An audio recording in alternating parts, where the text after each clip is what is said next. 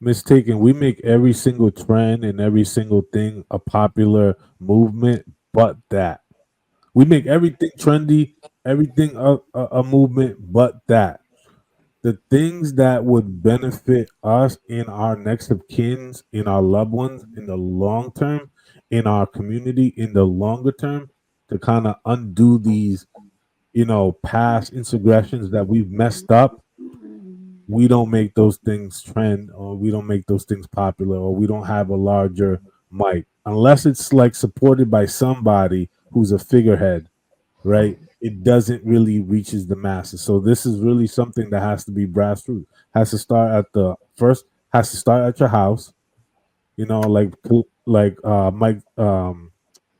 like Trigger Mike used to say, fix the family first, and then from there, you know, be aligned with people who are doing the same thing, and then be in community with those people, and those people become a larger people.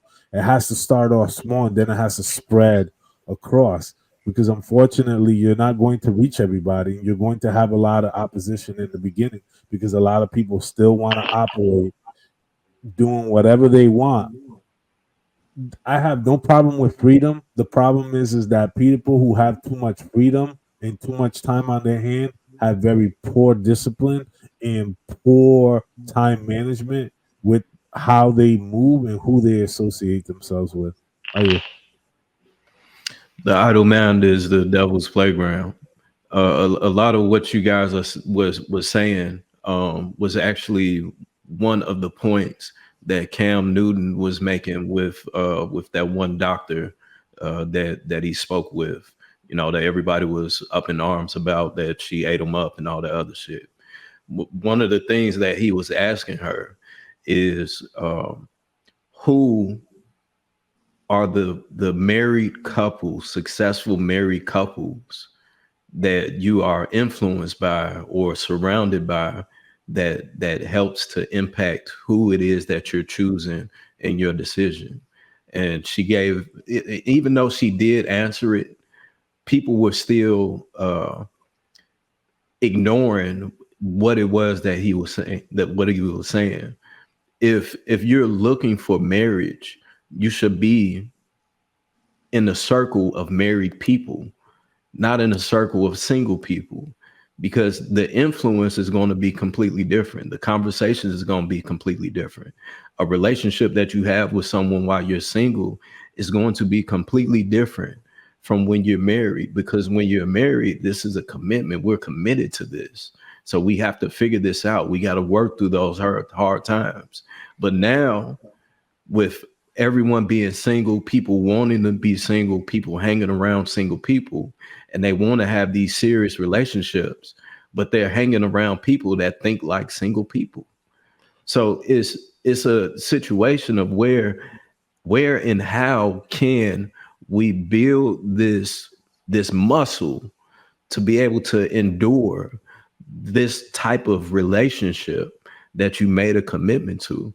And if you're not surrounding yourself around that, and you watching Bad Girls Club and Zeus, and you listening to Fresh and Fit and all of these motherfuckers that goes and speaks against the very essence of a solid and healthy relationship, then how can you have one? So we have to. I think that that's actually a good thing. Mistaken, if that is a part of it, then it makes all the sense in the world, because now we are all here on the same mission. And if I'm going through something, I feel comfortable enough with talking to this person because I'm pretty sure that they went through it. You know, so community is everything, and we have to take that serious. But in the Black community, from what we see, it's so much anarchy and chaos. So me personally, I will not conform to that. I'm going to find my group of people that I agree with, and I'm gonna surround myself with those people. So if you want something out of life, whatever it may be, success, wealth, health, a healthy relationship, you have to go about the formula that has been put in place since the beginning of time, of how they say birds of a feather flock together. So if you are amongst people that are miserable, you're gonna be the next person that's miserable too. Uh, I think that makes a lot of sense, right? Here's where I would just give a little pushback. The thing is that I think what you're saying applies in a time where there's a universal idea of what the institution is, right? So there was a time where when you mentioned marriage, everyone knew what that meant. That meant that the man was working, that meant that the wife was at home, that meant that the children were raised at home, that meant that the children stayed at home until they got married, right? Today, that's not, everybody's marriage isn't even the same. Married people don't even agree on what marriage is today. So we're trying to get people on one accord with an institution that the people who are in the institution don't even agree on. Is the husband the breadwinner? Is the woman supposed to be the breadwinner? Before it was clear cut because women didn't work, men worked. So we knew that for a marriage to work, the man had to provide, the woman had to take care of the domestic things, right? But that's not the world we live in now. The women are working, in often cases making more money than the men. So who works? Who takes care of the kids? The kids are now at school.